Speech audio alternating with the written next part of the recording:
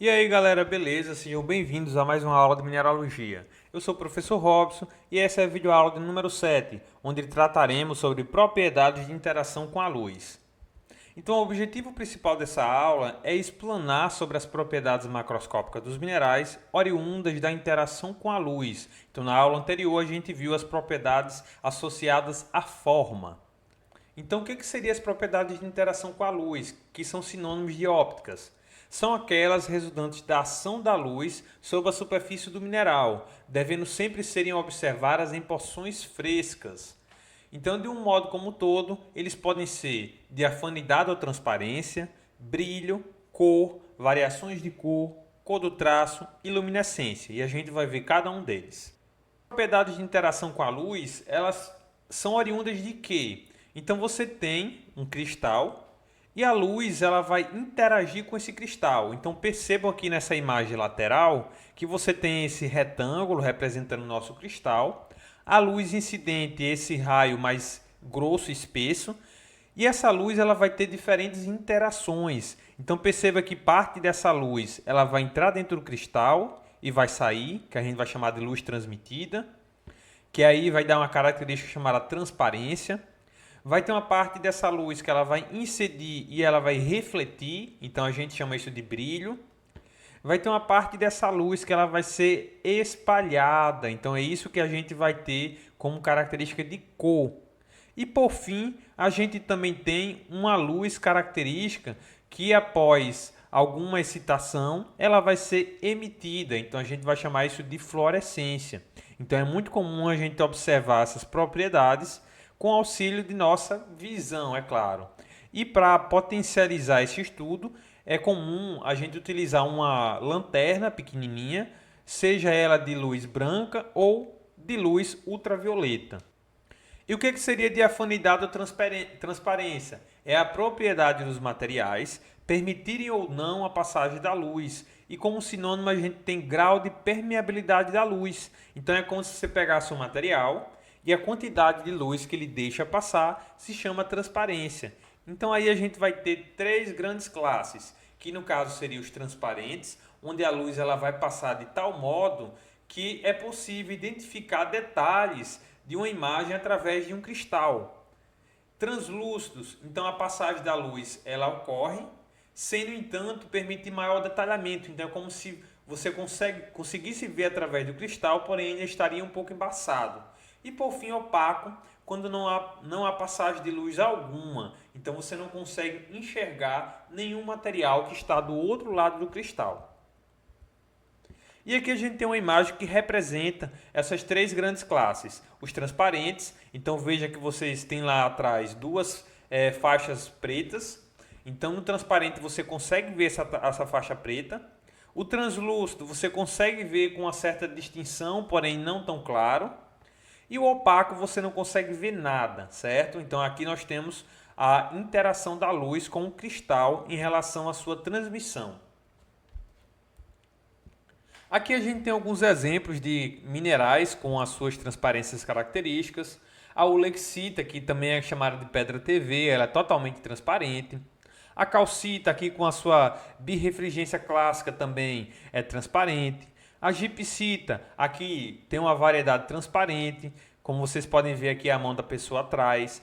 Porém, a gipsita ela também pode ser translúcida, principalmente quando ela tem a sua característica mais esbranquiçada, na qual você não consegue enxergar o que está atrás do material. Porém, se você botar uma fonte de luz, ele vai irradiar dentro do cristal. O feldspato, que também é translúcido, e a magnetita, que é opaca, ou seja, não passa nenhuma luz através dela. A segunda característica é o brilho, que é a aparência geral da superfície do mineral quando a luz é refletida na mesma. Então lembra daquele esqueminha que eu mostrei no início? Então esse raio de luz ele vai ser refletido. Então a gente vai ter três brilhos. O brilho metálico, onde os minerais com esse brilho refletem a luz como os metais. Então você vai ter aquele material bem claro, como se fosse um espelho. Então apresenta uma aparência como se fosse uma superfície metálica polida. Então eu costumo sempre fazer o comparativo como se fosse uma maçaneta de uma porta ou então um espelho. O brilho não metálico são aqueles minerais que vão transmitir a luz. Então a reflexão ela não vai ser tão característica. Isso é muito comum de minerais transparentes e translúcidos. E a gente vai ver que tem uma variedade de nomes para esses brilhos não metálicos. E o intermediário entre o metálico e o não metálico, a gente tem o brilho submetálico. Geralmente são minerais que eram metálicos, porém, de acordo com alguma alteração intempérica, elas ficaram com um brilho fosco. Aqui a gente tem uma exemplificação do brilho metálico, como falei para vocês, né? Que tem a superfície ali de uma maçaneta de uma porta. Então é muito comum de você ter esse brilho característico de materiais opacos, como por exemplo aqui uma hematita, uma pirita, magnetita, galena, os metais nativos, como por exemplo o ouro. Aqui a gente tem uma comparação de um material metálico com um submetálico. Então veja aqui que você tem uma hematita com um brilho caracteristicamente metálico e do outro lado você tem uma hematita com um brilho submetálico. Como eu falei para vocês, tem alguns processos que fazem com que esses materiais eles fiquem mais foscos. Aqui embaixo a magnetita com brilho metálico e imediatamente aqui em cima nós temos a magnetita com brilho submetálico e por aí vai outras substâncias com esse brilho mais submetálico. E aqui a gente entra no hall dos brilhos não metálicos, que são característicos daqueles materiais transparentes a translúcidos. Então nós temos os adamantino, que tem um brilho característico do diamante, então você consegue ter uma boa distribuição de luz dentro desse cristal, é como se ele tivesse luz própria. Resinoso, que é característica do enxofre, porém tem outros materiais também que têm essas características, como por exemplo, imagine um âmbar, então é como se fosse um aspecto de um âmbar. Untuoso é como se fosse uma superfície que foi passada a óleo. Então aqui nós temos a halita, que é clássica do untuoso. Ceroso, que é muito semelhante à cera de uma vela. Então aqui a gente tem um exemplar da calcedônia. Terroso são aqueles materiais constituídos geralmente de argilominerais. Então você tem aquele material um pouco fosco. Então aqui a gente tem como exemplo a caulinita. Perláceo, que tem um brilho parecido com a da superfície da pérola. Então isso aqui é muito comum ao talco. Você consegue ver a luz se propagando na superfície. Sedoso, que é muito comum aos minerais fibrosos. Quando você tem várias fibras juntas, geralmente esse material ele vai apresentar uma ondulação da luz na sua superfície. E aí a gente tem uma variedade de brilhos vítreos, como vocês podem ver aqui. Boa parte dos nossos silicatos eles possuem brilho vítreo, como por exemplo o quartzo, a turmalina. Aqui nós temos o corindon, que também está um pouco aqui resinoso, assim como aqui a nossa turmalina. A granada aqui que está com a característica resinosa. A moscovita, perlácea. O cafeodspato com brilho vítreo anacarado. Então isso vai depender muito das condições do mineral. Porém, como vocês podem ver, os brilhos metálicos e não metálicos eles são bem distintivos. E depois a gente entra na propriedade cor. O que seria cor? É o resultado da absorção ou reflexão seletiva da luz branca. Então, à medida que a luz branca atinge um cristal, ela vai interagir, como vocês lembram daquele primeiro esquema que a gente mostrou, né?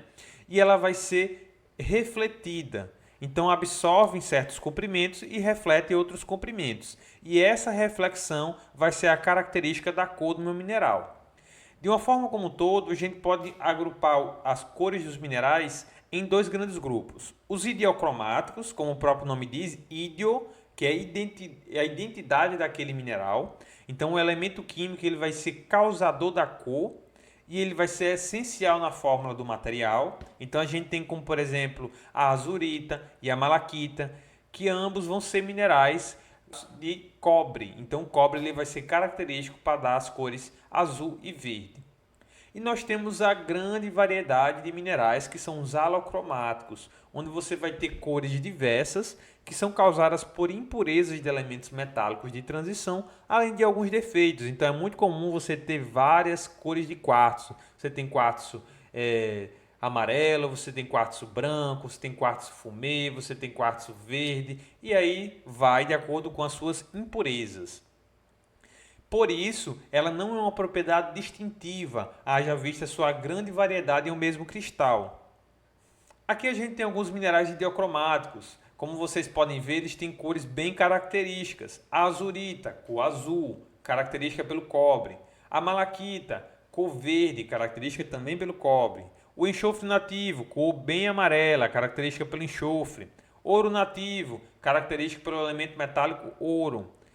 A pirita, característica por essa tonalidade dourada, muito puxada para a questão do enxofre. E a magnetita com essa coloração mais preta, associada ao ferro. E aqui nós temos alguns minerais alocromáticos, que a sua cor varia conforme a sua impureza ou seu defeito na sua estrutura cristalina. Nós temos quartzo na variedade roxa, quartzo na variedade rosa, berilo verde na sua variedade principalmente esmeralda, quartzo na sua variedade esfumaçada quando você tem defeito na estrutura cristalina, quartzo incolor, que a gente chama de cristal de rocha, turmalina, na sua variedade turmalina paraíba, que aí vai ter outros elementos associados como lítio. E aqui nós temos uma tabela periódica, onde vai mostrar um pouco sobre a influência desses elementos metálicos na cor dos minerais. Como vocês podem ver aqui, ó, o titânio, ele pode dar uma coloração roxa ou amarelada para o material. Cromo, azul, manganês, róseo. O ferro pode dar tonalidades avermelhadas ou alaranjadas. O manganês pode também dar variedade cinza. O cobre, verde ou azul. E assim sucessivamente, pessoal.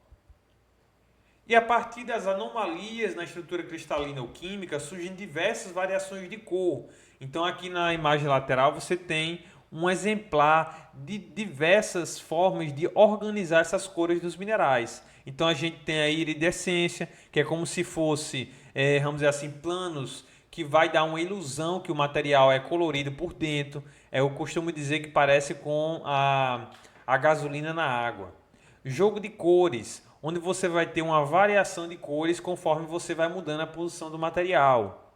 Embaçamento, onde o próprio material ele vai ficar um pouco fosco. Acatassolamento ou chatoyance, como vocês podem ver aqui, um olho de tigre. É como se, à medida que o material ele esteja orientado naquela posição cristalina, quando você movimenta, é como se a cor ela vai variando também, certo? Asterismo. Aqui, como vocês podem ver, essas esferas com uma espécie de estrela ao centro. Isso aqui é uma estrutura, certo? E por fim, pleocroísmo, que é a mudança de cor de acordo com a posição do cristal. Depois a gente entra em outra propriedade, que é a cor do traço. O que seria isso? É a cor do pó do mineral obtido, riscando-se ele numa placa de porcelana fosca. Aqui nesse exemplo a gente tem uma amostra metálica riscando uma placa de porcelana branca, que está dando traço mais ou menos avermelhado. Porém, também existem placas de porcelana preta, principalmente para captar aqueles traços brancos dos materiais.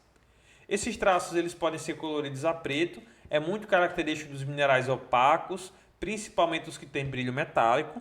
E nós temos os traços branco em incolor, que são os minerais translúcidos e transparentes, e que são característicos brilhos não metálicos. É muito importante também, pessoal, antes de fazer a cor do traço, atestar se os materiais eles possuem dureza inferior ao da porcelana. Porque muitas vezes materiais com dureza acima da porcelana acabam riscando e a cor do pó, na verdade, é da própria porcelana e não do material.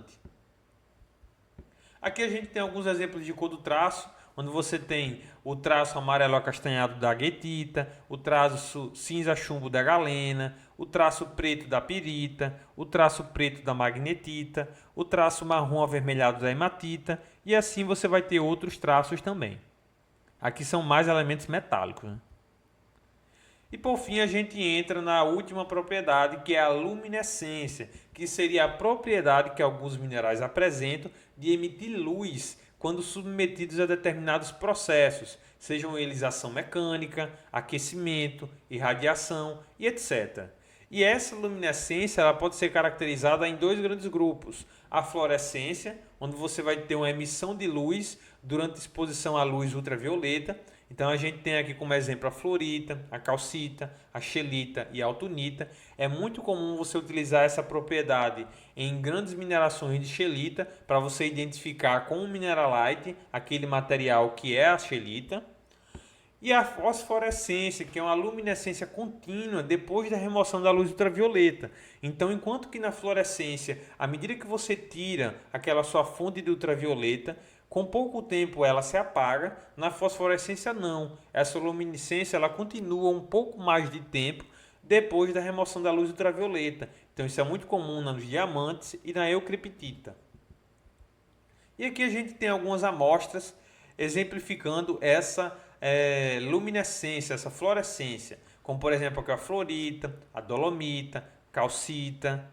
Nós temos aqui a manganosita, calcita eulemita, calcita róseo. Então veja que você tem uma característica de outra exposição de cor depois que ele é submetido à luz ultravioleta.